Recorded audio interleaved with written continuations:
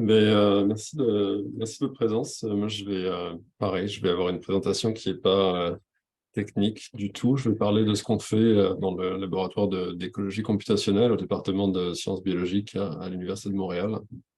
Euh, Mon nom, c'est Timothée Poiseau. Je suis professeur agrégé maintenant à l'UDM depuis 7 ans et je suis chercheur au nouvel institut Verena. Vous pouvez aller voir à viralemergence.org, qui est un institut financé par la NSF pour la prédiction de l'émergence de maladies virales.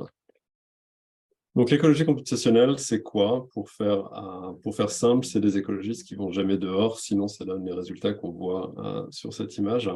Et en fait, notre travail, c'est de se positionner à l'interface entre les sciences des données, l'apprentissage automatique, l'intelligence artificielle et puis les problèmes écologiques. Donc, ce qu'on fait au labo, la plupart du temps, pour l'ensemble de nos projets, c'est d'appliquer les méthodes de sciences des données, de créer des nouvelles méthodes, très souvent quand on fait face à des problèmes pour lesquels il n'y a pas de solutions qui vont nous satisfaire. Et on fait ça dans l'objectif de favoriser la compréhension des écosystèmes. Donc, les sujets sur lesquels on travaille en ce moment, c'est à peu près la moitié des conséquences des changements climatiques sur la perte de biodiversité, la perte de services écosystémiques. Et l'autre moitié des projets du labo, c'est des choses qui sont sur l'émergence de maladies zoonotiques, l'émergence de nouveaux virus, la quantification et la cartographie du risque d'émergence de virus zoonotiques. Donc, on fait de la recherche qui est très fondamentale, mais on veut faire de la recherche fondamentale qui est utile. Donc, on travaille vraiment de très près avec différents partenaires qui vont de partenaires très globaux, très locaux, comme les municipalités, les MRC au Québec, qui ont des problèmes de résilience au changement climatique, à des partenaires plus globaux, comme la Convention sur la diversité biologique, l'OMS, etc., etc. Donc, on travaille à toutes ces échelles pour donner des solutions ou des pistes de solutions qui sont basées sur des données, puis basées sur des méthodes quantitatives performantes. On travaille de très près avec Calcul Québec. On est des gros utilisateurs de ressources en calcul. Je fais partie du conseil scientifique de Calcul Québec depuis plusieurs années. Donc, une bonne partie de notre travail, c'est vraiment d'utiliser des grosses machines. On fait du calcul informatique de pointe sur une base à peu près quotidienne. On a des problèmes qui sont souvent très longs à faire tourner, très longs à régler. Et donc, on est des gros utilisateurs de ces ressources. Donc, pour vous donner une idée un petit peu de l'amplitude des projets qu'on fait au labo, on travaille, ça va être une série d'illustrations, une série de vignettes un peu sur des choses récentes ou des choses en cours. On s'intéresse beaucoup à l'utilisation de l'apprentissage profond pour le suivi de la biodiversité. Donc, ce qu'il y a sur cette image-là, c'est une caméra phonique.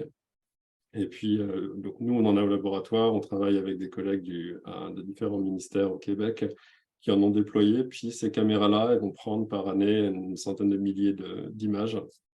Et puis, notre travail, après, c'est de les classifier pour dire, est-ce qu'il y a un animal? Si oui, quel animal c'est? Et c'est quoi notre certitude là-dedans?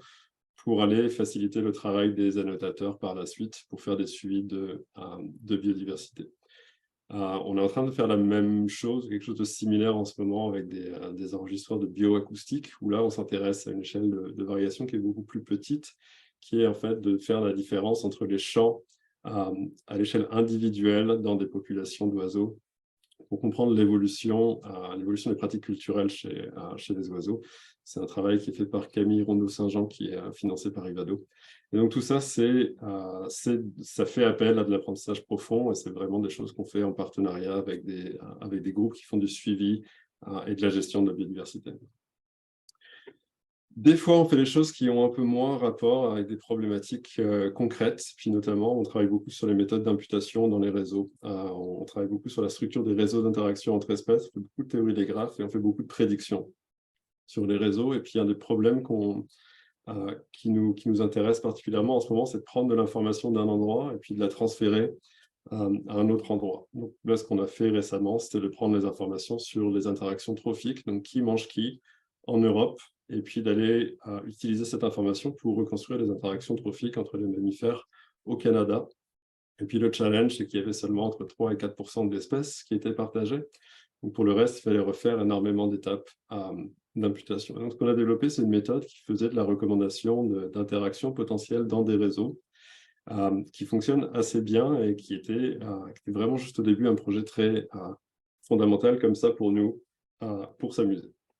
Sauf que on était rendu à ce moment-là en début 2019 et puis vers fin 2019, on a commencé à réorienter nos recherches pour travailler sur les virus émergents. Et en fait, on a commencé à se poser la question de toutes ces méthodes de recherche fondamentale qui sont jolies mais qui servent à rien, en fait, elles vont servir parce qu'il y a un déficit d'information énorme sur quels mammifères sont des réservoirs de virus potentiellement zoonotiques, quelle interaction entre les virus et les mammifères on n'a pas encore découvert, et puis surtout, à quel endroit dans l'espace est-ce qu'il va falloir regarder. Donc ça, cette série de cartes, par exemple, c'est des prédictions d'un article qui est toujours en cours de revue, qui est disponible sur Archive, si vous voulez, où on essaye de prédire, sachant les données qui nous manquent, quels vont être les nouveaux points chauds zoonotiques, et puis combien de nouveaux hôtes de virus zoonotiques on va découvrir, et puis à quel endroit. Donc l'idée, en fait, c'est pas seulement d'aller faire la prédiction de cet hôte est capable d'interagir avec ce virus. Ça, c'est la première partie du travail. La deuxième partie, c'était vraiment de prendre cette information et de la spatialiser en disant, voilà les endroits où il faut aller regarder en priorité, voilà les endroits où, si on va échantillonner, on va aller confirmer la présence de nouveaux hôtes zoonotiques, on va apprendre des choses sur les interactions. Et puis voilà l'effort d'échantillonnage qui reste à fournir pour documenter l'ensemble des interactions mammifères-virus à l'échelle globale. Donc ça, pour nous, c'est un travail de prédiction qui est assez intéressant. C'est un travail de recommandation qui était relativement long. On parle d'une dizaine de cœurs année pour faire ces simulations-là, mais qui est aussi utilisable directement par des partenaires qui font ce travail sur le terrain. On le fait aussi à des échelles taxonomiques un petit peu plus récentes. Donc, on a un projet en cours, en fait, un projet qui est en cours de se terminer, on va dire, sur la cartographie du risque d'émergence de bêta-coronavirus qui sont portés par les chiroptères, donc les chauves-souris. Puis là, l'idée, donc les bêta-coronavirus, c'est SARS, SARS-CoV-2, etc.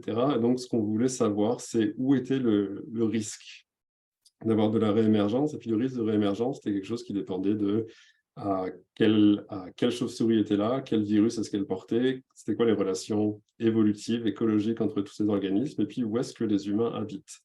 Et donc, ce que ça nous a permis de faire, c'est d'identifier différentes régions pour lesquelles il faut avoir un effort de surveillance qui est plus important. Et donc, on a une estimation du risque qui est beaucoup plus utilisable directement par des partenaires et qui est spatialisée, qui est spatialement explicite. Pour résumer ce qu'on fait un petit peu, en fait, on travaille beaucoup avec des ordinateurs, des mathématiques, de l'intelligence artificielle, et puis on fait confiance à aucune de ces trois choses. Les bonnes qualités de ce qu'on aime au laboratoire, c'est quelqu'un qui travaille un algorithme ne devrait jamais aimer ça ou faire confiance à cet algorithme. Et puis, nous, on est vraiment dans le bas de ce graphique. On fait nos approches computationnelles, on comprend ça très bien, on fait très bien, mais c'est jamais le modèle qui décide, en fait. Donc, on est dans une situation toujours de faire des allers-retours avec des personnes qui ont de l'expertise dans le domaine dont on parle. Et puis, l'algorithme, c'est un composant du processus de décision, et c'est jamais la réponse. Souvent, on utilise ça pour identifier des questions plus précises et aller collecter des nouvelles données. Donc, on est vraiment, on a un rôle de facilitation, d'interroger les données existantes et puis les connaissances des experts à travers le processus de modélisation, mais on ne s'attend jamais à ce que les modèles qu'on produise soient les réponses définitives. Donc, c'est une espèce de algorithm in the loop, où on a un seul algorithme, un algorithme qui va servir comme un de nombreux éléments pour arriver à une conclusion.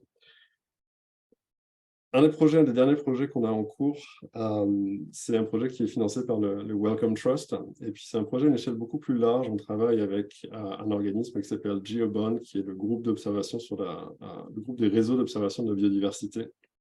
Et puis, le problème qui est partagé par à peu près tous les pays en ce moment, c'est de savoir à quel endroit ils doivent déployer des stations d'observation pour mesurer la biodiversité.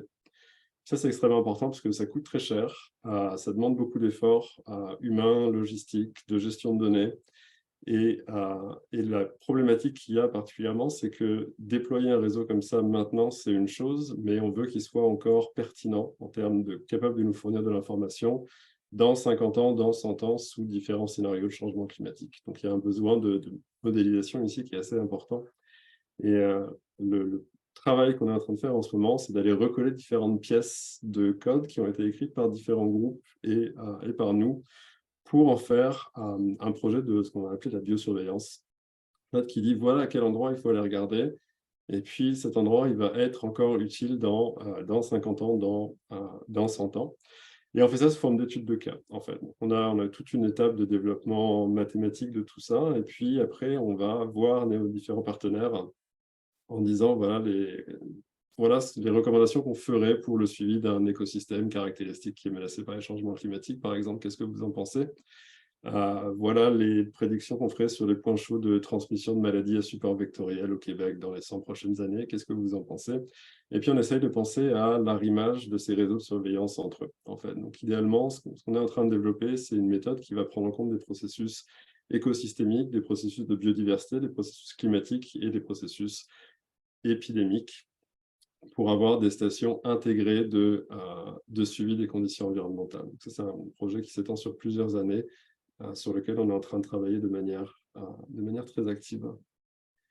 Donc j'ai fini, et puis je suis disponible dans ma breakout room après si vous avez des questions ou vous voulez discuter. Merci.